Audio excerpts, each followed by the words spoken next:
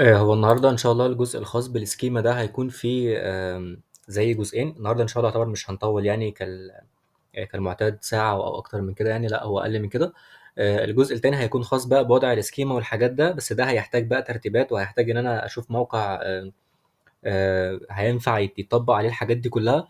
فالتانية محتاجة هندلة موقع، بس إن شاء الله النهارده هنعدي بقى على أنواع السكيمات كتيرة جدا، حاجات مش هتكون موجودة على الويب. بالاخص ان هي ليست سكيمات، يعني بجمع فيهم من فتره كبيره. تمام. والحاجه اللي بتقف في وشي بروح ضايفها ليهم وهكذا يعني. تمام، يعني اغلب انواع السكيمات اللي هنتكلم عنها النهارده تقريبا لو حد عمل سيرش بنسبه كبيره مش هيلاقيهم اصلا، لان دي حاجات بجمعها في ليست عندي من زمان. اي حاجه بعرفها جديده وكده، من تحليل منافسين، من سيرش، من الى اخره، بروح ضايفها في الليست عندي. فانا النهارده بشارك معاكم دول، ولكن هل دولكم كل السكيمات؟ لا، دول اهم الحاجات اللي ممكن يتم استعمالها. السكيمات فعليا مئات اذا ما كانوش الاف. تمام، بس دول اللي يعتبر اللي لفتوا انتباهي واللي جربتهم واللي فرقوا يعني. ال- الجزء التاني هيكون في موضوع ازاي تعمل سكيما يدوي. رفع الكود هو اللي هيكون له جزء مخصص، وبعدين التدقيق، وبعدين مساعد الترميز الخاص بجوجل. ده حته مهمه جدا هتنفع مع الناس اللي شغاله برمجه خاصه ومعاهم ديفلوبر مش بيدعمهم كويس في وضع السكيمات، ده هينقذك يعني. تمام. وهنعدي على سكيمات، تفاصيل خاصه بالسكيمات، زي موقع الموضوع مثلا، بلوجز في موقع الموضوع مثلا فيها تريكايه معينه كده هنتكلم عنها، وازاي السكيمات احيانا بتاثر واحيانا لا. واخيرا موضوع الاختبار اللي اغلبكم عارفينه يعني. تمام. باختصار شديد آه، باختصار شديد هو لازم تبدا، يعني زي ما احنا متعودين دايما لما بنتكلم في حاجه لازم نجيبها من الجذر بتاعها، اللي ازاي اصلا موقع سكيما دوت اورج ده بتاع مين، وبدا ازاي، ومين اللي عمله، والكلام ده كله. الاغلب ممكن ما يكونش لفت انتباهه ان هو يحاول يعرف المعلومه دي اصلا. السكيمات باختصار شديد هي عباره بس عن مجرد اتفاقيه ما بين بينج وياهو ومايكروسوفت وجوجل وبين الناس بتوع السيرش انجن دول بالكامل. قالوا ان هم هيعملوا زي مكان واحد يبقى فيه ستراكشر داتا يكون نافع على كل السيرش انجن اللي هم بيشتغلوها، يعني زي معيار معتمد ليهم جميعا. تمام. ومن ثم خرجوا في الاخر بالمحصله اللي هي موقع سكيما دوت اورج، اللي هو موجود فيه كل السكيمات يعني. فالموقع ده اساسا عباره عن منظمه خاصه بالناس كلها، مش خاصه بشركه معينه او حاجه معينه، لا ده سكيما دوت اورج ده حاجه شامله يعني، عشان كده هتلاحظ ان كل السكيمات بترجع له اصلا. تمام. طيب نستنتج من ده ايه؟ نستنتج من ده باختصار شديد ان كل الاسكيمات دي حاجه متفق عليها، ولكن هل الاسكيمات بنفس اهميه زمان؟ دي تقريبا التركايه اللي ممكن هنتكلم فيها النهارده. الاول، كان لما كان السيرش انجن حاجه بدائيه اكتر من اللازم، كانت بتحتاج الاسكيمات بشكل كبير عشان تعرف تشتغل وتعرف تفهم انت عاوز توصل ايه للمستخدم وكده. ولكن في الوقت الحالي مع دخول الاي اي والكلام ده كله، فاصبح بالفعل جوجل او بينج او ايا كان السيرش انجن اللي انت بتتعامل معاه. طبعا عمنا شات جي بي تي بما انه بقى سيرش انجن اصلا دلوقتي بالتحديث الاخير اللي عملوه، فكلهم بقوا يفهموا اصلا انت عاوز توصل ايه، لانهم بقوا يحللوا كل حاجه موجوده. فالسكيما يعني هي مش هنقول مش مهمه، ومش هنقول هي غير مهمه، لا هي مهمه ومش مهمه. تمام، بس في حالات. تمام. مثال يعني موقع موضوع. على فكره موقع موضوع مش مستعمل سكيمات في اغلب صفحاته، اللي هو من اقوى المواقع تقريبا اللي مفيش حد في الوطن العربي غيره يعرف الموقع ده. مش عنده سكيمات. موقع مواقع التك المشهوره زي بي تك و2 بي ودريم 2000، المواقع دي كبيره جدا، ضخمه جدا، واغلبهم مش مستعملين سكيمات، رغم ان المواقع دي مسيطره على كميه ضخمه من السيرش. تمام. فمش معنى كده ان انت السكيمات بتقلل من اهميتها، بس في قاعده عامه في الاس او اللي هو البيست براكتس، بمعنى ان انا لو عندي حاجه ولو هتاثر بشكل ايجابي ولو لواحد في المية، فانا ليه ما استغلهاش؟ فاحنا ماشيين بالمبدا ده. من ضمن الحاجات دي بقى هي السكيما. تمام. فهنا باختصار شديد، انت اساسا لو مش بتستعمل السكيما مش معنى كده الموقع مش هيطلع، لا هيطلع عادي جدا بدون ادنى مشاكل، وهيكمل وهيرانك بدون ادنى مشاكل. بس كل ما بتعمل السكيما وبتسهل على سيرش انجن هم يفهموك. تمام. وهم بيحبوا كده، اللي بيبسط لهم الامور اكتر يعني. تمام. فانت مش مجبر، الحاجات اللي احنا بنتكلم فيها دي كلها مش مجبر انك تستعملها، بس حبذا لو تستعمل اللي هيناسبك يعني. تمام. وده اللي انا بفضله يعني. تمام. باختصار شديد هنعدي على كل نوع من السكيما الحاجات الاساسيه، وهنعدي على النقاط الخاصه بالتدقيق والانشاء والحاجات دي بعدين يعني. تمام. هناخدهم كده من الاول من الاساسيات. وفي بس كومنت في غايه الاهميه، مش معنى كده ان انت هتحط الحاجات دي كلها عندك وتقعد تحط سكيما على الفاضي وعلى المليان. قدر الامكان تحط الحاجات اللي هتفيدك بشكل مباشر. تمام. عندنا اول حاجه السكيما الخاصه بالاورجنايزيشن. تمام. على فكره برضو كومنت مهم. الموقع ده اصلا مقترح من جوجل، انت اصلا مجرد ما بتحدد له نوع السكيما اللي انت عاوزها، مثلا عاوز سكيما الارتكل. تمام. انت بتدي له القيم وهو بيعمل لك جنريت للكود تلقائي. تمام، الموقع ده جوجل كانت مقترحاه في الدوكيومنتيشن بتاعتها، فعشان كده انا بفضله. ولكن هل ده الموقع الوحيد اللي موجود؟ لا، انت لو عملت سيرش على جوجل هتلاقي مئات المواقع. شات جي بي تي كذلك لو رميت له المعطيات الاساسيه هيعمل لك السكيما برضه. تمام، بس الموقع ده انا بستعمله من زمان يعني وبحبه يعني، فانا برشحه لاي حد بيطلب سكيما يعني. المهم، دلوقتي عندنا الاورجنايزيشن سكيما. تمام. معلش قبل ما نبدا في حاجه تذكرتها مهمه. قدر الامكان ما ينفعش السكيما اللي انت بتشتغل بيهم تحطهم على كل الصفحات. بمعنى ده خطا انا بشوفه اغلب الناس بيعملوه، ان هو مثلا السكيما بتاعت الاورجنايزيشن بيروح يرميها في الهيد ويعممها على الموقع بالكامل. ده غلط. كل سكيما لازم تكون لصفحات محدده. يعني مثلا عندك السكيما بتاعت الارتكل، ما ينفعش تحط السكيما في الموقع، لا السكيما بتتحط على الصفحه. وده من اكتر المعتقدات اللي الناس بتنفذها غلط، او الحاجات اللي الناس بتنفذها غلط. السكيما مش بتتحط على توتال الموقع، السكيما بتتحط على صفحات بداخل الموقع. فالاورجنايزيشن سكيما ما ينفعش تاخدها تبصيها على الموقع من اوله لاخره بمنتجاته بمن نحن بالسياسه الخصوصيه بكل الكلام ده. لا، الصفحه دي هتتحط باختصار شديد على الصفحه بتاعه تفاصيل الشركه. تمام. الحاجه اللي بعد كده، عشان برجع بس للتعليقات لان في بعض الحالات بنبدا وبنكون مش بنسجل اصلا. دلوقتي عندنا كذلك الجزء الخاص الجزء الخاص بالارتكل سكيما. طبعا الاورجنايزيشن بتتحط على الصفحه الرئيسيه على الهوم بيج بتاعتك، او بتتحط في صفحه من نحن. تمام. عندك الارتكل سكيما. تمام. الارتكل سكيما دي فيها بقى لغط شائع جدا جدا لازم نقف عنده شويه. تمام. في تشابه كبير واختلاف كبير برضو ما بين الارتكل والبلوج بوست والنيوز ارتكل والكلام ده كله. تمام. باختصار شديد، انت لما بتعمل ارتكل سكيما قدر الامكان بتخليها للحاجات الجنرال العامه جدا. تمام، اللي هو مثلا مقالات علميه، الحاجات اللي زي دي. تمام. ولكن لازم تبقى عارف ان البلوج بوست سكيما والنيوز ارتكل سكيما بيندرجوا تحت ارتكل سكيما اللي هي الام بتاعتهم. تمام. فانت لو مش عارف تعمل او مش محدد نوع موقعك ايه، بصيله الارتكل عادي. ولكن بيندرج تحت منه البلوج بوست والنيوز ارتكل. تمام، اللي هو مقاله اخباريه يعني لمواقع الاخبار، والبلوج بوست مواقع المدونات وكده. فدي تحت دي. عندك بعد كده البرودكت دي طبعا من طبيعتها معروفه ان هي للمنتجات والكلام ده كله. تمام. عندك الريفيو سكيما كذلك خاصه برضو بالتقييمات وكده. هتاخد بالك من حاجه مهمه في السكيمات اللي احنا بنتكلم عنها، اللي هم كميتهم ضخمه جدا وفيهم حاجات نادره جدا مش موجوده غير في المحتوى الاجنبي. هم الاجانب اللي بيستعملوها كتير يعني وبيهتموا خالص بالسكيمات يعني، من كذا تجربه الشغل معاهم يعني. عندك الريفيو سكيما مثلا والبرودكت والبيرسون. بتلاحظ في بعض الحالات ان بعض السكيمات بيندرجوا تحت بعض. بمعنى لما بتيجي تحط الارتكل او البلوج بوست، السكيما دي ذات نفسها اصلا بتطلب قيم، بتطلب منك بيرسون. تمام، اللي هو السكيما دي، وبتطلب منك مثلا ريفيو مثلا زي البرودكت بتطلب في بعض الحالات بتطلب ريفيو. فانت عندك السكيمات بيتطلبوا قيم تحت منهم، فبعض القيم في بعض السكيمات بتكون اصلا موجوده في سكيما تانية. فانت ممكن اصلا بحط سكيما واحده انك تهندل الشغل ده كله. تمام، دي برضو صوره عامه. مثلا هنا لو انت واخد بالك هنا ايه، عاوز اجيبها لكم، الكاتب. تمام، عندك الكاتب ده هو البيرسون. تمام، فده كذلك برضو ليه سكيما. تمام، فكل السكيمات اصلا اغلبهم يعني بيلفوا ويدوروا في تحت نفس الجزئيه يعني. فالريفيو سكيما الخاصه بالتقييمات المنتجات وكده هتلاقيها في البرودكت.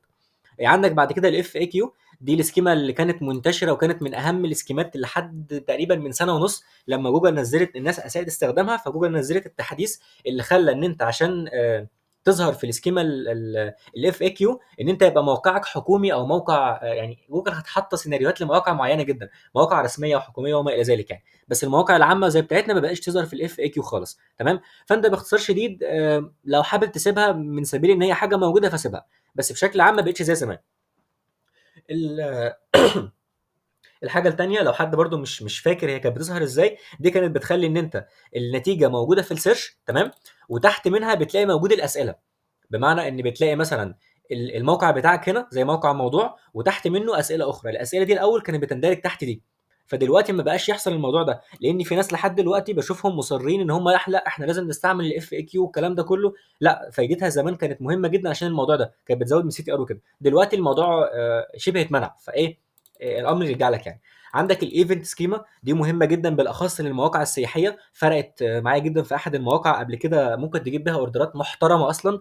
تمام، طالما عرفت تهندلها بشكل كويس. تمام، عندك ايفنت معين، حاجات من زي دي بتبدا تظبطها، بالاخص الناس اللي بتحب تحضر الايفنتات بره مصر. في ناس بتحب تخلي الرحله السياحيه مع ايفنت وهكذا. انت طبعا على حسب المجال بتاعك. عندك البيرسون سكيما اللي هي زي لها علاقه بالاسر او المؤلف او الكاتب او ايا كان. تمام، البيرسون ده مهم جدا في الاي اي تي. تمام، اللي هو المعيار اللي جوجل مواجعه دماغنا بيها اخر فتره. تمام، اللي هو الكاتب لازم يكون خبير وعنده خبره في المجال اللي بيتكلم فيه والكلام ده كله. عندك بعد كده الريل استيت ليستنج، مهمه جدا جدا لاي حد بيشتغل في العقارات. لما انت بتعمل ليست خاصه بعقارات معينه بتحطها في سكيما ريل استيت ليستنج، بتكون موجوده معاك. على فكره كل السكيمات دي هنتكلم ازاي بتعملها اصلا بطريقه بسيطه جدا، بس هنعدي عليهم في السريع. عندك البريد كومب ليست اللي هي دي، لا مش موجوده في موقع الموضوع. بس باختصار شديد بتلاقي المنتجات بتندرج تحت بعضها. تمام، اللي هو كذا من كذا الى كذا. تمام، او بتسميها المسارات. مش عشان بس الوقت فممكن نحاول نجيب موقع عشوائي ممكن يبقى حاططها. تمام، اللي هي دي الرئيسيه تكنولوجيا ما هو مبدأ عمل الحاسوب. دي بتكون بريد كومب ليست او مسارات التنقل على ما اتذكر ترجمتها كده يعني. تمام، وبيكون لها سكيما يعني. تمام. عندك بعد كده الفيديو سكيما دي برضو خطأ شائع بشوفها، ان في بعض الاشخاص بياخد مثلا فيديو من تيك توك او من منصه وبيروح بيبصيله هو لازم يحطه في سكيما والكلام ده كله. لا، دي هتستعملها وهتخدمك اكتر لما انت تكون بترفع الفيديوهات بتاعتك على الموقع بتاعك اصلا على السيرفر بتاعك، انما ما تاخدش لينك من بره وتحط السكيما فيه والكلام ده كله. لا، دي هتفيدك اكتر لما انت تكون بترفع الفيديو عندك على الموقع. عندك اللوكال بيزنس سكيما، تقريبا واحده من اهم السكيما اللي بتستهدف مناطق محدده جدا. تمام، عشان تعرض التفاصيل الخاصه باللوكيشن بتاعك وكده. تمام، الحاجات دي بتفرق، السكيما دي بتفرق كذلك في اللوكال اس اي او، بتعزز ظهورك في المناطق المعينه اللي انت بتشتغل فيها.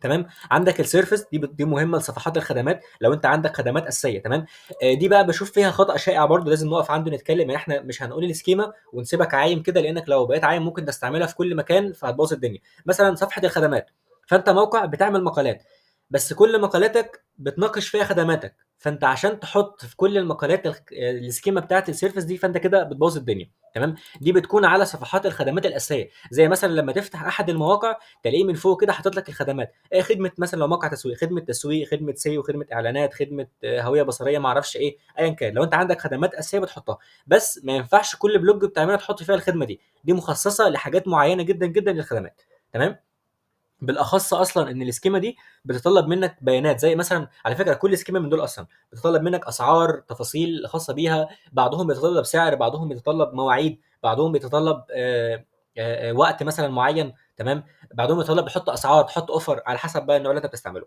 عندك الخاصه بالوصفات، دي مواقع الطبخ وكده، ما فيهاش تفاصيل كتير يعني. عندك الخاصه بالكتب، دي برضو مواقع الكتب. تمام، عندك الخاصه بالكورسات، دي بقى الخاصه بمواقع الدورات التعليميه والكلام ده. بس في برضو حاجه مهمه تخص السكيما دي، لو انت عملتها على دورات على موقع تعليمي بشكل عشوائي هتسمع معاك بايرور. لازم تبقى المواقع الدورات اللي هي متجدده ومستمره، والمواقع اللي بيكون فيها تفاصيل الدوره كامله. يعني نتكلم مثلا زي يوديمي مثلا، زي كورسيرا. المواقع اللي زي دي السكيما دي هتنفع معاها، بس لو انت بتناقش دوراتك على صيغه مقالات فانت مش هتفيدك جامد يعني. تمام، عندك الجوب بوستنج خاصه بمواقع الوظائف، ما فيهاش برضو تفاصيل، بتوضح فيها التفاصيل الخاصه بيك والكلام ده. عندك السوفت وير ابلكيشن سكيما، دي مهمه جدا جدا نقف عندها شويه. تمام، الناس اللي متابعه معانا الفتره اللي فاتت وكده، لما كنا بنعدي على الاي اس او او الاب ستور اوبتمايزيشن، وان انت تحقق نتائج اكتر من التطبيقات والكلام ده كله. تمام، السكيما دي بتفرق فوق مما تتخيل في النتائج دي. مثال بسيط. تمام، دلوقتي مثلا لو انت هنا عملت سيرش مثلا على كمثال يعني تطبيق امازون مثلا. دلوقتي انت لما بتعمل سيرش بكلمه تطبيق امازون بنفس الشكل ده، لو عملت سيرش من البراوزر من هنا، اللي هيحصل باختصار شديد ان انت هتلاحظ يا اما موقع امازون يا اما التطبيق سواء على ابل او على اندرويد وخلاص كده. تمام، بس لما تيجي تعمل سيرش من التليفون بتاعك هتلاحظ ان جوجل تلقائي لو انت شغال اي او اس بتجيب لك المتجر بتاع ابل، لو انت شغال اندرويد بتجيب لك اندرويد. تمام، فهنا التركايه بقى لما انت بتستعمل السوفت وير ابلكيشن سكيما على صفحه الترويج او اللاندنج بيج اللي انت بتعمل بيها اعلانات او ايا كان الخاصه بالموقع بتاعك، لو عنده تطبيق بشكل عام بتساعد من ان الصفحه دي اصلا تظهر. تمام، فده بيحسن كذلك معاك من الاس او، يعني رغم انها سكيما من بعيد خالص بس بتخدم معاك في الاس او. تمام، وبتخدم معاك في جزئيه ان انت موقعك مترابط بالتطبيق بتاعك، لان الاي اس او والاس اي او والاعلانات كذلك كلهم بيخدموا على بعض، فدي حاجه مترابطه ببعضهم. فدايما دايما بما ان اصلا تقريبا 99% من الشركات اللي عندهم موقع، اللي عندهم تطبيق لازم يبقى عندهم موقع، فدي هتفيدك جدا يعني. بس هل ايه اجباري؟ لا، براحتك برضو. تمام، بس يفضل تعملها. عندك بعد كده الميديكال سكيما دي خاصه بالمواقع الطبيه لعرض الحالات والاعراض. لو انت الموقع الطبي بتتكلم عن امراض معينه، ليه اعراض معينه، ليه حالات، ليه صفات، ما اعرفش ايه، برضو بتحطها. تمام.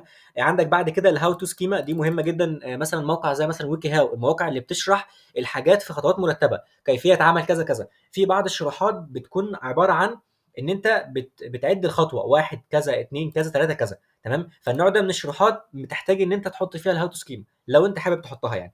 تمام. عندك الفاينانشال سكيما، دي خاصه بالبنوك والخدمات والحاجات دي كلها. تمام. دي مش يعني انا ذكرتها من سبيل العلم، بس هي بصراحه بتكون خاصه بال اسمها ايه يا رب، القروض والحاجات دي كلها، فاحنا ممكن نشيلها بقى احسن بصراحه. هي خاصه بالقروض يعني والخدمات التمويل وكده، بس في نفس الوقت برضو خاصه بالخدمات الحكوميه، بس هي في ناس بتستعملها في كده وتستعملها في كده لخدمات البنوك عامه. تمام. بس الاستعمال الاشهر ليها بالاخص في البنوك المشهوره يعني بيستعملوا الحاجات دي، فكنسلها يعني. عندنا موضوع السالري سكيما، دي خاصه بمواقع مقارنه الرواتب والكلام ده كله. لو انت عندك موقع من دول، تمام، هتفرق جدا جدا في عرض الرنجات. لما انت بتيجي تكتب مثلا في جوجل راتب حاجه معينه مثلا، آه، هي مش موجوده هنا للاسف، فمش عارف نعمل عليها مثال. بس في موقع على ما اتذكر كان اسمه سالري اكسبكت او حاجه زي كده. النوع ده من المواقع بيفضل انك تستعمل فيها النوع ده من السكيما، بتعزز من فرصه ظهور الموقع. عندك كذلك الكريتيك ريفيو سكيما، دي خاصه بمراجعات الكتب والافلام وكده، نادره شويه. تمام. عندك بعد كده الاديوكيشن اورجانيزيشن سكيما، الخاصه بالمؤسسات التعليميه. دي بقى هنا من ضمن الاخطاء، يعني تلاحظ ان واحد حافظ ان هو لازم يستعمل الاورجانيزيشن، بس انت اصلا عندك الاديوكيشنال اورجانيزيشن سكيما، فانت ليه تستعمل دي وانت عندك حاجه مخصصه لشغلك؟ تمام. مثال تاني، عندنا السكيما الخاصه بالليستنج، الريال استيت ليستنج اللي هي دي. تمام. في اصلا سكيما خاصه بالليستنج للمنتجات، وفي سكيما خاصه بالليستنج فقط، اي اسمها لحظه كده، انا غالبا مش كاتبها. فعلا مش مكتوبه. اسمها ايتم، اسمها ايتم سكيما. لحظه انا عامل هنا فاصله. الايتم سكيما دي عباره عن ان انت بتعمل ليستنج للحاجات اللي موجوده عندك والكلام ده كله. تمام. وخاصه بالكاتيجوريز والحاجات دي كلها. تمام. فباختصار شديد يعني انت عندك السكيما خاصه بحاجه مخصصه ليك، فانت ما ينفعش تقول حاجه بعيده. عندك موضوع الاوفر، دي مهمه جدا فوق مما تتخيل المتاجر. تمام. ان انت تظهر الاوفر اللي موجود بره. تمام. اللي عندك بعد كده موضوع الجفرمنت اورجانيزيشن سكيما، خاصه برضو بالمواقع الحكوميه. هنا ايه، لو انت واخد بالك عندك الاديوكيشن وعندك الاورجانيزيشن العامه، لو انت مش لاقي بقى حاجه تحطها عندك العامه دي، وعندك الحاجات المخصصه بس. فانت لو تاخد بالك عندك سكيمات رئيسيه لو انت مش لاقي لها حاجه، وسكيمات فرعيه تحت منها. تمام. عندك الكويشن سكيما والكيو اي سكيما، دي خاصه بالاسئله. هتلاحظها لو انت بتسال سؤال على جوجل وتلاحظت اجابه من ريدت، من تم من من ريدت. تمام. عندك كوره، عندك ستاك اوفر فلو على ما اتذكر اسم الموقع كده يعني، اللي هي مواقع الاسئله والاجوبه والكلام ده كله. بتلاحظ ان السؤال وتحت منه الاجابه، فبتلاقي موجود في السكيما دي. تمام. في واحده من ضمن اكتر الاخطاء الشائعه اللي انا بشوفها، تمام، ان في واحد بيتذاكى، تمام، ويروح حاططها لموقعه ويخش هو يسال الاسئله ويجاوب على نفسه على اساس ان هو يعلم السي تي ار. فهو ذكي ومش ذكي في نفس الوقت. تمام. ذكي ليه؟ السكيما دي بترفع من السي تي ار فوق مما تتخيل. تمام. لو انت مقال معلوماتي صرف كده واستعملتها، فانت بتتكلم فعليا ان المقال بتاعك ده مثلا، اللي هو ده مثلا كمثال، هتلاحظ تحت منه حد مثلا سأل والاجابه كانت كذا. تمام. فهيكون النتيجه بتاعتك ملفته عن اي منافس تاني، فانت هتجيب سي تي ار عالي. تمام. ولكن للاسف جوجل هتوقعك. تمام. فايه، قدر الامكان الاسكيمات دي انت ينفع تعملها على اي موقع، فانت حاول تستغلهم بشكل صح عشان ما يتقلبش السحر على الساحر زي ما بيقولوا يعني. تمام. عندك الميوزك خاصه بفرق موسيقيه، ما تلزمناش جامد يعني. تمام.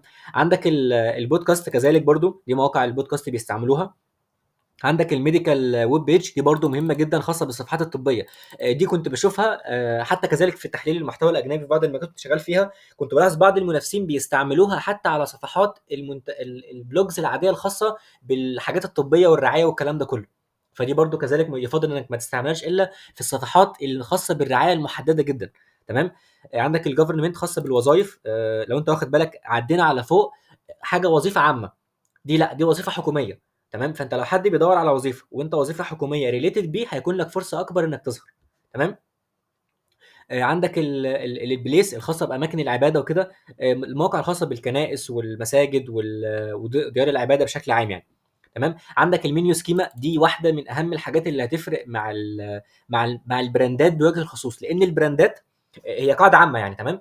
لما الموقع او لما انت بتشتغل على موقع براند هتلاحظ ان عندك مشكله، ان في مواقع صغيره بتاخد جزء من الترافيك. تمام. وده انا بعيشه حالا اصلا من براند سعودي مشهور كده، شغال فيه بدون ذكر اسماء يعني. البراند ده المواقع الاخرى بتتكلم عن البراند ده وبتجيب تفاصيله. تمام. زي مثلا باقات فودافون كمثال عشان يبقى حاجه بعيده. تمام. انت دلوقتي شغال على باقات فودافون، فالاحق من ان يجيب ترافيك من باقات فودافون هو شركه فودافون ذات نفسها. بس انت لما تعمل سيرش على الحاجات اللي زي دي هتلاحظ مئات المواقع جايبه ترافيك. تمام. فانت هنا دي لو نقدر نشبهها بالمنيو سكيما، فانت هنا بتتكلم ان انت مطعم عندك منيو، فالمنيو دي الناس بتدور عليها، فانت ما تديش فرصه للمواقع التانية لو انت شغال على البراند ان هم ياخدوا الترافيك ده. لا، خليهم ياخدوا الترافيك من خلالك ويجوا لك من خلالك ويطلبوا الخدمه لما يشوفوا المنيو والكلام ده. تمام. فدي بتعرض المنيو بشكل منظم يعني وكده. تمام. عندك خاصه برامج التلفزيون تي في اند موفي، مش منتشره جامد يعني. الاوديو كذلك خاصه بالمواقع الصوتيه، ولو انت واخد بالك مختلف عن البودكاست، لان البودكاست من ضمن المقاطع الصوتيه، بس مش كل المقاطع الصوتيه بودكاست. عندك الويدنج سكيما، دي مهمه جدا للناس اللي شغاله على المواقع الخاصه بحجز القاعات والكلام ده كله. المجال ده في المحتوى الاجنبي يعني مكسر الدنيا بشكل مرعب خالص يعني. تمام. بالاخص ان اسعار القاعات بتبقى عاليه فبيركزوا عليها الناس جدا يعني هناك. عندك الخاصه بالصيدليه، الفارماسي سكيما خاصه بالصيدليات والحاجات والتفاصيل بتاعتها والكلام ده كله. تمام. عندك الاكزيبت سكيما، دي خاصة بالمتاحف والمعارض الفنية والحاجات دي كلها. تمام.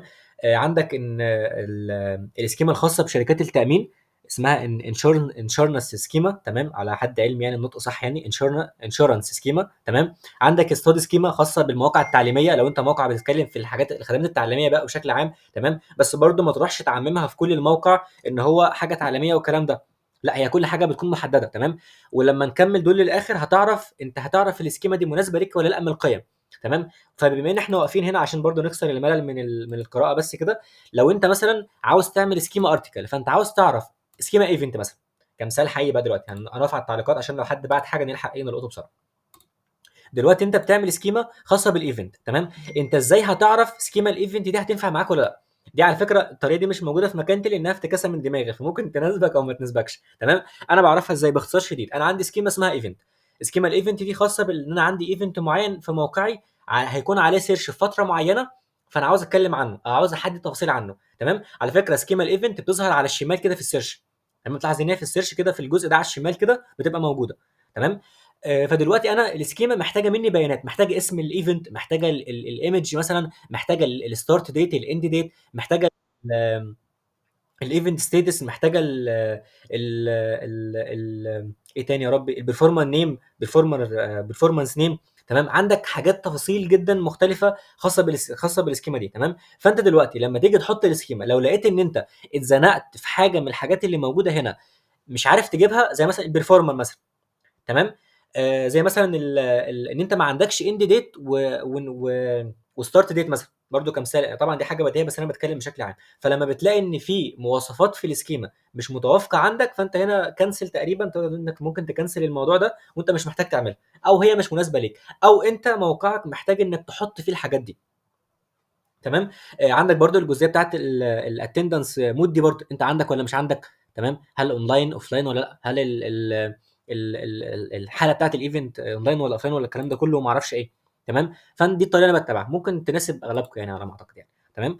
عندنا بعد كده تفاصيل المتاحف، شركات التامين عديناها. عندنا الريال استيت اوفر، دي برضو مهمه جدا، عامله زي الاوفر بتاعت البرودكت. بلاحظ برضو بعض المواقع لما بيستعمل لما بيكون شغال على موقع ريال استيت بيستعمل سكيما الاوفر الخاصه بمواقع البرودكت الاي كوميرس. انت كده بتهزر بقى انت عندك ريال استيت اوفر فتروح تستعمل حاجه تانية؟ لا. تمام. عندنا بعد كده اللوجينج سكيما خاصه بالفنادق والكلام ده كله، حجز الغرف وما اعرفش ايه، زي مواقع الفنادق بشكل عام، زي تريفاجو، الحاجات اللي زي دي يعني. تمام. عندك بعد كده السكول كذلك برضو غير الاستادي. تمام. دي خاصه تبع المدارس والحاجات اللي زي دي. تمام. عندك بعد كده حاسب السيارات الحراريه دي مهمه جدا جدا جدا لكل المواقع اللي شغاله في المجال ده، لان اصلا انا مستعملها في احد المواقع لايف يعني. تمام. ان لما في بعض المواقع بتعمل زي كالكوليتر كده في السيرش، حاسبه سعرات، الشخص بيخش بيحط اكله والكلام ده كله بتجيله. موقع ويب طبعا عاملها لو حد متابع يعني الموقع ده يعني وكده.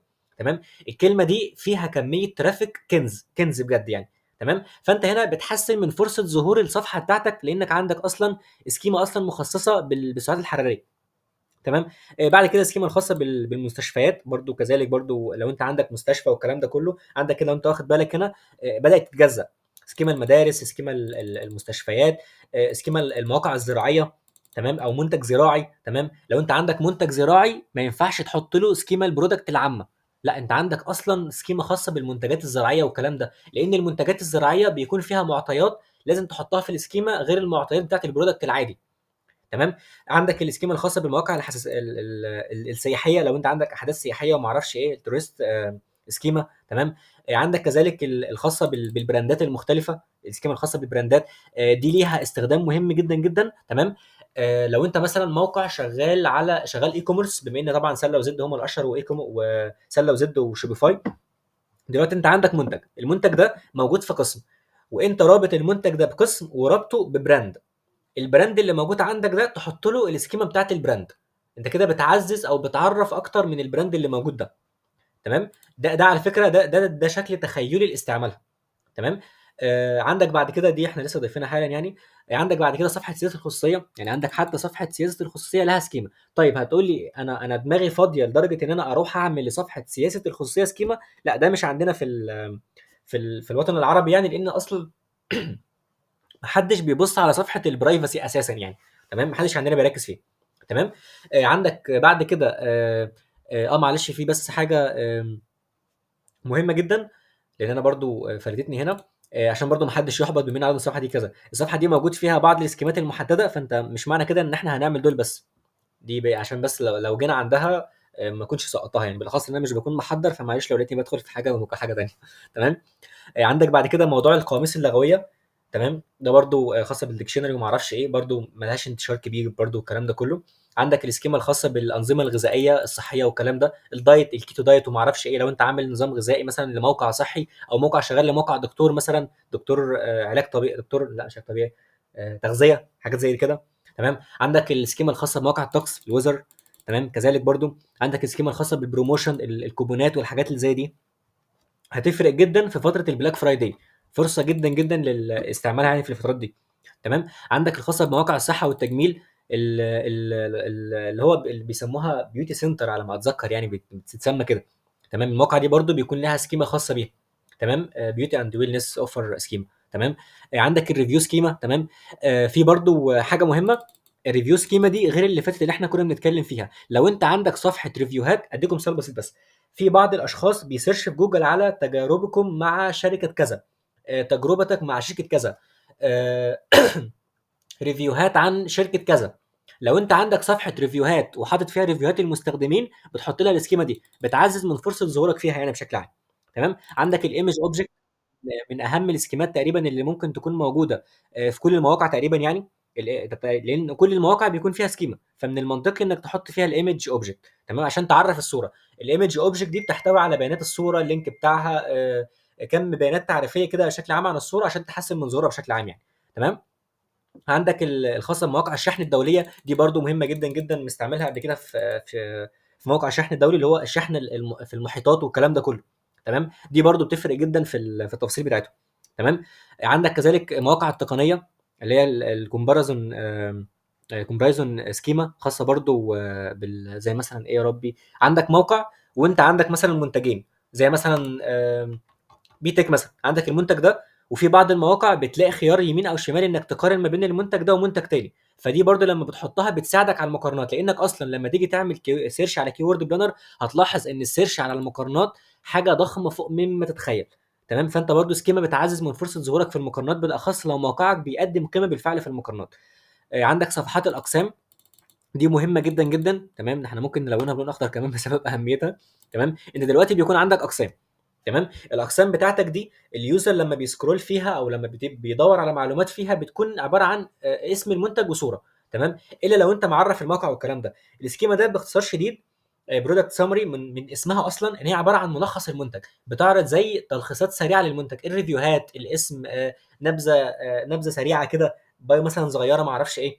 فدي بتفرق جدا هنا لو انت بتستهدف انك تطلع بالكاتيجوريز، عشان تخلي اليوزر بتاعك ما يضطرش ان هو يكون متحجم في الرؤيه والكلام ده كله. ولكن انت ممكن تستغنى عنها لو انت عرفت تهندل الموضوع ده كبرمجه وكده يعني، ممكن تكنسلها عادي. تمام، بس يفضل تحطها يعني. تمام. عندنا بعد كده موضوع الاحداث زي الجمعه البيضاء، دي برضو كذلك شبيهه بالبروموشن اللي كنا اتكلمنا عنها فوق برضو كذلك. عندك الجايد سكيما، تمم، اللي هو مثلا لو حد بيدور على جايد لاين لحاجه معينه، تمام، ده تقريبا لكل شيء تقريبا. انت عندك عامل جايد مثلا للاس اي او، عامل دليل استخدام مثلا لحاجه معينه، لمنتج معين، لخدمه معينه، برضه هتفرق معاك برضه. تمام. عندك موضوع المقاسات، دي بتفرق بالاخص في مواقع الملابس، من اكتر الحاجات اللي هتفرق لاي حد شغال ملابس السكيما دي. تمام، اللي هو بتعرف مقاسات المنتجات، ان انت عندك منتج موجود منه اكتر من مقاس، فدي برضو بتفرق جدا معاك برضو. عندنا موضوع حاله المنتجات ان هي مستعمله ولا لا. السكيما دي الايتم كونديشن سكيما، دي خاصه بمواقع زي مثلا موقع زي اوليكس مثلا، موقع بيبيع منتجات جديده ومستعمله.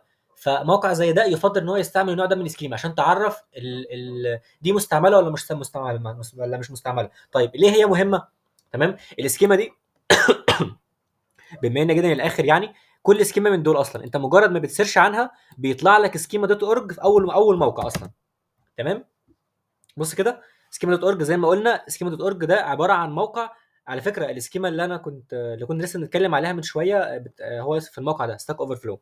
المهم يعني، عندك سكيما دوت اورج بما انه منظمه عالميه مدعومه اصلا من جوجل وياهو والكلام ده كله، مشتركه ما بينهم، فانت لما تحط اسم السكيما في جوجل هيظهر لك موقع سكيما دوت اورج، فبيقول لك تفاصيل السكيما دي محتاجه ايه. تمام. فعندك السكيما دي الايتم كونديشن، هتلاقي التفاصيل بتاعتها بقى وكل حاجه موجوده فيه. لو انت حابب تعرف بقى هي تتعمل ازاي والكلام ده كله، بتلاقي في سكيما دوت اورج كل السكيمات اللي انت محتاج تعملهم يعني وكده. تمام. هنا السكيما دي بتحتاج مثلا متطلبات معينه. تمام. بيقول لك هنا بتستعمل في التايبس دي، في الاوفر، في البرودكت، في ما اعرفش ايه. تمام، في الميرشنت بولايسي ما اعرفش ايه، رنت ريتيرن بولايسي. تمام، وهكذا انت بتبدا بقى تهندل الموضوع ده على حسب ما يناسبك والكلام ده كله. تمام. عندك موضوع المخزون الباقي، دي زي بتاعه الاستوك او الاس، لها علاقه بالاس كي يو يعني، لان على فكره الاس كي يو لها سكيما برضه، بس ما رضيتش احطها لانها مالهاش لازمه، جربتها قبل كده ما فرقتش جامد يعني. تمام. فتقريبا دول الحاجات اللي انا جمعتهم على مدار فترات طويله بقى من الشغل، بقعد اجمع فيهم اول باول. وفي قدام برضو اي سكيما بتيجي قدامي بروح مبصيها في ملف جوجل دوكس معايا يعني، في نوت يعني. تمام. فان شاء الله الملف ده بعد الميتنج ممكن ابعته لكم لو حد عاوزه. تمام. ولو حد يعني، انا بفكر اسيب الملف مفتوح عشان لو حد عنده سكيمات اضافيه، لان السكيمات بالمئات ان ما كانش بالالاف. تمام. فانا مستحيل اكون ملم بكل السكيمات، وانت مستحيل، والسيرش كذلك مستحيل يعني. انت اصلا لو عملت سيرش على السكيمات دي، او بحثت في جوجل مثلا، او سالت شات جي بي تي، لو عملت ايه حتى قلت له انا عاوز سكيمات، كل السكيمات عمره ما هيجيب لك كل السكيمات مهما عملت. تمام. فعشان كده كلنا بنكمل بعض. فلو حد يعني حابب يشارك ان احنا نعمل زي ملف شامل كده، اي حاجه تضاف، فتبقى تكرمت يعني. طيب احنا كده خلصنا بقى الجزء الاولاني وكده. تمام. فنعدي على الموضوع التاني. لحظه، انا ممكن ابص اللينك بقى دلوقتي في الشات بتاع الميتنج، فايه برضو لو حد هيعدي عليه كده. تمام. عندنا، لحظه، في حد كان كاتب حاجه، كرييتيف ورك سكيما، ماشي هنضيفها برضو. لحظه. طيب، نيجي بقى على موضوع النقطه الاهميه. تمام. هنديكوا الاكسس بعدين بس عشان ايه ما نطلعش من الميتنج. تمام. دلوقتي عندنا هنا الموضوع بقى عملان السكيما والكلام ده كله. تمام. هنيجي هنا باختصار شديد. دلوقتي انت عاوز تعمل السكيما الخاصه بالايفنت، الموقع ده. تمام. هتلاقيه موجود برضو. طب يلا بالمره نبص اللينكات عشان برضو ايه. هو عاوز افتح الملف. تمام تمام. طب هفتح الملف وابعته غالبا، عشان كده مش هيبعته. تمام. المهم يعني، انت هنا بتحط السكيما هاو تو، على فكره اللي كنا لسه متكلمين عنها دلوقتي. عندك السكيما بتاعت لوكال بزنس، عندك سكيما البيرسون، عندك البرودكت، عندك الوصفه، عندك الفيديو، عندك سكيما الويب سايت. على فكره نسيت احط دي على فكره. تمام. هبقى اضيفها في الملف بعد الميتنج. تمام. سكيما الويب سايت اهي موجوده. تمام. هي عندك الوصفه، الجوب، تقريبا كل دول اللي حاططهم انا. انا كنت ناسي احط الويب سايت. بشكل عام يعني كل سكيما موجوده بتطلب منك بيانات معينه، بتحط البيانات، بيدي لك الكود، بتاخد الكود تبصيه في الهيد، شكرا كده انت عملت السكيما. تمام. بس اهم حاجه ما تروحش تحط السكيما في الهيد بتاع الموقع ذات كله، عشان ما تعملش سكيمات تعمم الموقع كله. في سكيمات بتحتاج تعملها في صفحات معينه او في مسارات معينه. تمام. فدي كده عدينا.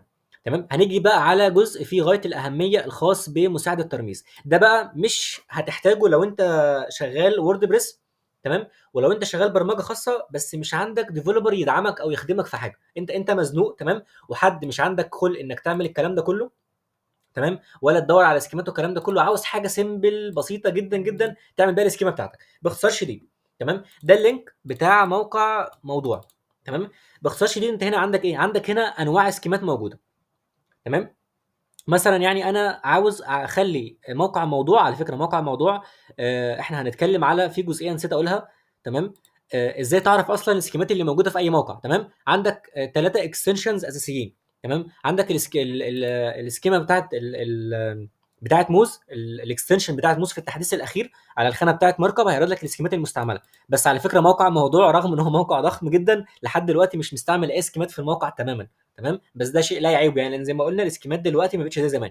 تمام. بس ستيل لو تعرف تحطها نقطه تفوق ليك، وحاجه مهمه جدا لازم تهتم بيها. مش معنى ان الموقع موضوع مش حاططها ان هو انت خلاص ما تحطهاش، لا لا حطها. تمام. عندك الاكستنشن دي مشهوره جدا جدا برضو، فيها سيكشن بتاع السكيما. تمام. موجوده فيها. وعندك تقريبا 90% من الاكستنشن بتاعت الاي سي او الاساسيه. يعني على ما اعتقد، بس عشان الوقت اغلب السكيمات الاكستنشنز اللي عندي دول بيطلعوا السكيمات اصلا، فالامر بسيط يعني جدا جدا يعني. تمام. المهم هنرجع بقى لوضع السكيما في موقع موضوع. انا مثلا عاوز احط للمقال ده سكيما مقالات. تمام. وموقعي برمجه خاصه ومش بيدعم الكلام ده كله. انا بدي بقى سيناريو تخيلي ان انا مش بدعم الكلام ده كله بقى. تمام. فانت هتيجي من هنا. على فكره ده يعني ده من جوجل نفسها يعني، فده مش حاجه بعيده عن جوجل يعني. لحظه بس يحمل وما اعرفش واقف ليه. هو بشكل عام يعني الصفحه الخاصه باختبار النتائج الغنيه بصريا او ستراكشر داتا تيست دي بتاعت جوجل. يعني لو انت بتعمل تيست لصفحه معينه عاوز تعرف هي معمول فيها سكيمات ولا لا، يعني تقريبا كله عارفها يعني. على فكره التيست ده من اوائل التيست اللي بعملها وانا بحلل اي موقع تكنيكال وكده، انك لازم تعرف السكيمات اللي فيه محطوطه صح ولا لا. وعندك برضو مدقق السكيما الخاص بموقع سكيما دوت اورج. تمام. عاملين واحد برضو. تمام. بس بتاع جوجل احسن. تمام. رغم ان جوجل مشاركه في موقع سكيما دوت اورج، لان بتاع سكيما دوت اورج تعبان شويه يعني. هنا قال لك الموقع ده موجود فيه السكيمات دي. تمام. علما ان صفحه التيست دي اصلا بتعرف منها ممكن ابصيها لكم كده. اسمها اس اي او ديتيلد، اللي هي دي اسمها اس اي او ديتيلد. هبقى ممكن بعد الميتنج ابقى ابعت اللينك بتاعها، بس هي عامه مشهوره جدا يعني. او اكتب كلمه اس اي او في السيرش انجن، في السيرش بتاع جوجل هتظهر لك. تمام. عندك هنا ده برضو بتعرف منه السكيمات اللي موجوده. تمام. عندك هنا قال لك عندك سكيما تم اكتشاف دول ما اعرفش ايه. تمام. برضو بقى كومنت بقى مهم. تمام. لما نيجي نعمل تيست على السكيمات اللي موجوده مثلا من موز، قال لك ما فيش. تمام. من اس يو ديتيلد قال لك ان انت عندك سكيما ويب سايت، لو انت واخد بالك في تفاوت. عشان كده دايما احسن حاجه بتعملها وانت بتعرف السكيمات انك تستعمل الطريقه اليدويه، انك تعمل كنترول يو وتعمل سيرش هنا على كلمه سكيما. لان كل السكيمات اللي موجوده في اي موقع في العالم لازم تكون فيها كلمه سكيما، ده اجباري. تمام. فانت هنا بتعرف السكيمات اللي موجوده بشكل يدوي. فدلوقتي مثلا السكيما دي سكيما الويب سايت. تمام. تمام. هتشوف سكيما تانية. انا بشوف الطريقه اللي عندك موقع موضوع حاطط سكيما اورجانيزيشن. تمام. عندك حاطط سكيما، عندك ايتمز سكوب برضو. تمام. عندك حاطط ايه تاني؟ بس كده. مش حاطط ارتكل ومش حاطط بلوج بوست، مش حاطط حاجه الموضوع غير دول بس. فهنا عندك موز قالت لك لا. تمام. عندك دي قالت لك في ما اعرفش ايه. تمام. فانت الاسكيمات قدر الامكان حاول تشوفها انت بشكل يدوي عشان تطلع بنتائج ادق يعني، لان التولز في الاول وفي الاخر ما هي الا حاجه مكمله ليك. تمام. حتى سكيما دوت اورج اللي هو بتاع المنظمه ذات نفسها في هامش خطا كبير. تمام. عشان برضه ايه تبقوا عارفين يعني، قرأ عندنا ارتكل وهو مش موجود بشكل عام يعني. بس ايه احنا حاجات نعدي عليها في السريع. نرجع لموضوعنا. تمام. دلوقتي الصفحه بتاعت مساعد الترميز ده فتحت لنا بالشكل ده. تمام. لو انت واخد بالك هنا عندك هنا سيكشن خاص بالسجلات. تمام. انت هنا بتحدد الحاجات اللي عاوز جوجل تعمل لك ليها سكيما وتعملها لك. تمام. دي برضو ممكن نبقى متابعين في التعليقات عشان لو حد سقط مننا نلحق نرجع له يعني. تمام. هتروح عامل اضافه علامه مفقوده. تمام. هنا هتحدد العلامه، مثلا انا عاوز احدد اسم المؤلف اللي هو اسمها بانا ضمراوي تقريبا، يعني لو بنطق الاسم صح يعني. تمام، مؤلف مثلا. تمام. انا كده خلاص الامور زي الفل بالنسبه لي. تمام، هتكليك على اسمها. تمام، فدي تلقائي هتتسمع معايا ان هي المؤلف. تمام، هشوف مثلا مثلا عاوز احدد صوره مثلا، الايمج بقى اوبجكت والكلام ده. تمام، ادي صوره اهي. لحظه واحده بس يحمل. مثلا دي صوره اهي. تمام، فالمهم بتبدا بقى تحدد بقى وتحدد والكلام ده كله ما اعرفش ايه، وبعد ما بتخلص الكلام ده كله بتروح عامل انشاء HTML، بيروح ساحب الصفحه وساحبها لك ك HTML. بتروح تعمل الايديتور بتاعك في صفحه الخاصه بالكود، وتبص فيها اللينك بتسمع معاك بالحاجات دي كلها. تمام، ولكن ده بتلجأ لها واحد ونص في المية من شغلك. تمام، يعني لحد دلوقتي ما استعملتهاش غير تقريبا في 3 مواقع في حياتي كلها، فايه مش هتحتاجها جامد يعني. تمام. الحاجه الثانيه، جوجل تاج مانجر بيسهل عليك العك ده كله، بدل ما تخش على كل موقع وتعمل له سكيما وكده. لا، ما انت ممكن من جوجل تاج مانجر تبص السكيما وتعممها على الموقع كله او على مسارات معينه. ده على فكره هنشرحها بعدين. تمام، بس دي ممكن الجا لها لو انا عاوز اعمل سكيما في السريع لصفحه معينه، او اعرف مثلا مناطق معينه فيها. تمام. عندك مثلا ايه قسم المقاله. لحظه كده، مثلا مثلا تاريخ النشر مثلا. تمام، اللي هو هنا، اللي هو الجزء ده مثلا. لو انت حابب بقى تنسخ بقى البيانات وتنسخ بقى البيانات وبتحطها والكلام ده كله. تمام، وهكذا يعني. بعد ما بتخلص البيانات دي، وبعد ما بتحط القيم اللي موجوده عندك، وبعد ما بتخلص الحاجات دي كلها. تمام، وتحدد هنا البيانات وتحدد هنا البيانات التفاصيل بتاعتك، وتضيف علامات تانية وما الى ذلك، تبدا انت بقى تشتغل. تمام، انت عندك هنا ايه؟ عندك حاجات كتير اصلا. ممكن نطلع من دي دلوقتي. عندك هنا المقالة، المؤلف، تاريخ النشر، الصورة، القسم، متن المقالة، عنوان URL الناشر، قيمة التقييم، أفضل تقييم، أسوأ تقييم، العدد، وهكذا بقى. تمام. ده هنا بالنسبة لحالة معينة. هنا مثلا لو عملت على سكيما الايفنت أو الأحداث أو تطبيقات برمجية اللي هي السوفت وير سكيما اللي احنا كنا لسه متكلمين عنها من شوية، تخش بقى هنا عليها وتبدأ أنت تحدد بقى التفاصيل بتاعتك والكلام ده كله. تمام. عشان برضو ما ناخدش وقت فيها، أنا هبصيلكوا اللينك ده برضو هنا موجود فإيه. هو المحاضرة مسجلة كل حاجة بنسجلها تمام. بالنسبة لسكيما البرودكت، هل كترها غلط؟ لا، هو مش كترها غلط. هو انا فعليا سكيما البرودكت انا بحطها مرة واحدة وبعممها على كل البرودكت اللي موجودة عندي في الموقع، فما فيش حاجة اسمها كترها غلط بتأثر على السرعة. تمام، ولكن اذا قصدك ان تاج مانجر هو اللي بيتقل السرعة، فهو للاسف تاج مانجر هو بيتقل. تمام، وللاسف رغم ان هو بتاع جوجل ذات نفسها الا ان هم في تيست السرعة بيقول لك جوجل تاج مانجر بيأثر على السرعة فشيله. فاحنا مضطرين نتاقلم مع جوجل تاج مانجر عامه. تاج مانجر وكلاريتي وهوتجر، اي حاجه بتعمل تراكنج في الموقع، واكواد البيكسل عشان بتسجل ايفنت كتير في الموقع، فبتكون تاثيرها ضخم جدا جدا على السرعه. تمام، ولكن السكيمات بشكل عام كترتها بشكل مبالغ فيه، دي عباره عن اكواد في الصفحه، فاكيد بتتقل، بس مش لدرجه ان سكيما البرودكت بس تتقل. تمام، ولنفترض انها بتتقل. لو انا عندي موقعي بعرض فيه برودكت، فبصراحه حتى لو سكيما البرودكت هتقله فانا هستعملها اساسا يعني. تمام. لو عاوز تسحب سكيمات موقع موضوع بتسحبيهم بنفس الطريقه دي، بتاخديهم على مدقق السكيما ده موجود لك عندك السكيمات اهي. تمام، او بتعملي كنترول يو وتبداي تسيرش على السكيمات اللي موجوده. ده بشكل ببساطه يعني. تمام، عندنا احنا خلصنا الجزئيه دي. انا بعت اللينك هنا عشان برضو لو حد عاوزه كده. تمام. معرفش والله احنا خلصنا ولا ما خلصناش لحد دلوقتي، عشان بس انا مش بكون محضر فايه فبسترجع معاكم. خلصت. طبعا ده كلكم عارفينه تقريبا يعني، محدش محتاج معلومات في الموضوع الاختبار يعني وكده. تمام. في بس نقطة مهمة جدا جدا في موضوع الاختبار ده، ان في بعض الناس بتتوتر من الحاجات اللي لونها اصفر يعني دي وكده. تمام، فالحاجات دي يعني مش هي حتى بتقول لك اختياري. تمام، بس برضو بيقول لك ان هي اختياري وممكن تبقى اجباري في المستقبل. فايه انت ونصيبك بقى، حابب تعملهم وترهق نفسك وكده ماشي، حابب تكنسلهم كنسلهم. انا عن نفسي بصراحه مش برهق نفسي بالتفاصيل دي، لاني بيطلبوا بيانات كتير كلها اختياري وما اعرفش ايه. تمام، يعني هنا بيقول لك القيمه بتاعه نيم مش مضمنه. تمام، فانت هنا محتاج تضيف له القيمه دي. عندك هنا بيقول لك القيمه مش بتاعه التاريخ مش مضمنه. تمام، ديت ببلشت ايزو، ده تنسيق ايزو 8601. فاحنا شبه خلصنا يعني، فلو حد عنده حاجه قبل ما نقفل يعني، هو كده كده الميتنج قرب يخلص اصلا موعد. اتلغت مع تحديث سايت لينك ابديت الاخير. لأ، هو ما فيش أخبار بصراحة جات خالص على الموضوع ده، ولكن بصراحة أصلًا schema الwebsite يعني تقريبًا 90% من المواقع مش بيستعملوها، من أكتر الإسكيمات القليلة جدًا، جدًا، حتى أنا أصلًا سقطتها في الحاجات اللي موجودة عندي، من أقل الإسكيمات اللي بيتم استعمالها، ولكن برضه هي still موجودة.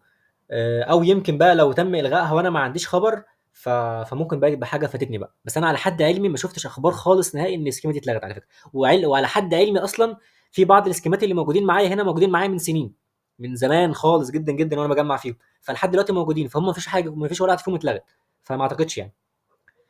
إيه الإسكيما اللي ممكن تفيدني في مدونة مراجعات كُتب؟ إسكيمة الكُتب اللي إحنا حاطينها هنا.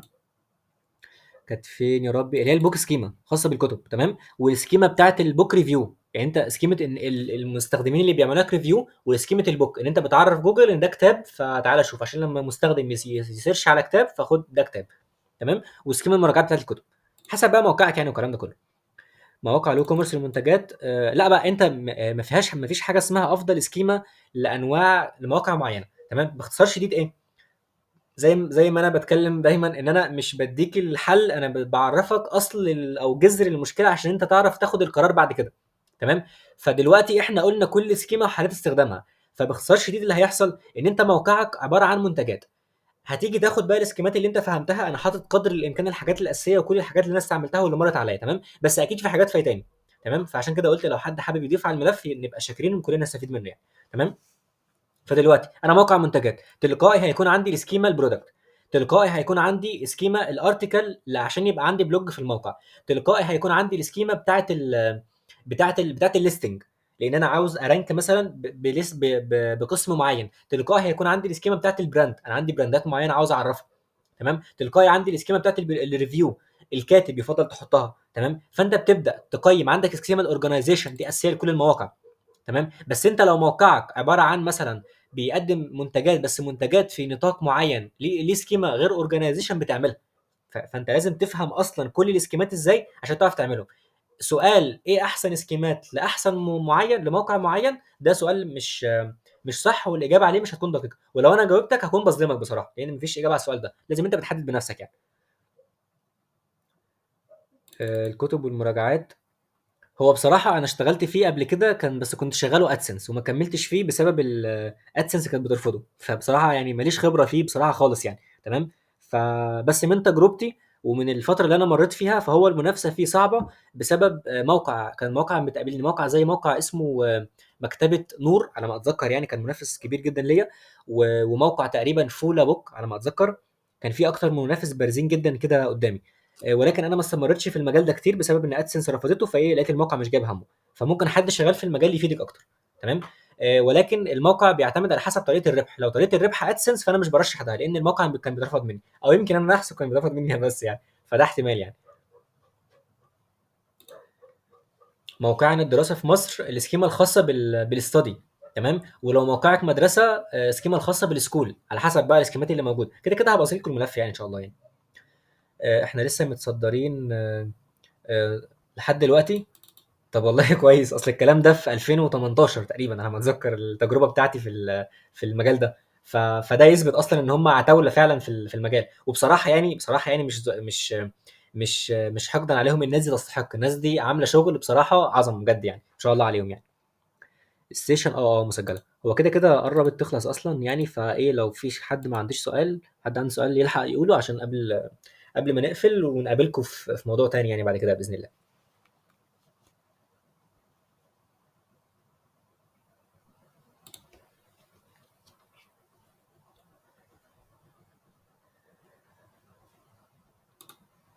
براءة الاختراع انا مش فاكر بصراحة، بس هشوف الواتس حاضر. السيشن مسجلة وورد بريس ولا بلوجر؟ بصراحة بلوج وورد بريس طبعا، طبعا بلوجر مقيد جدا، مش بتعرف تعمل حاجة تقريبا عليه، كل حاجة مقيدة بسبب جوجل يعني، ف فورد بريس احسن، ولكن هل معنى كده بلوجر مش هيطلع؟ لا، هو كل حاجة بتطلع تقريبا، ده سلة وزد اللي فيهم معاك ما يعلم بالله ربنا طالعين، عاوز بلوجر ما تطلعش. فالفكرة بس في الشغل الاس يو ذات نفسه، لو شغل الاس اي مظبوط هيطلع على اي موقع ايا كان، ولكن طبعا السي ام اس بيساعدك، او بيسهل او الكلام ده كله.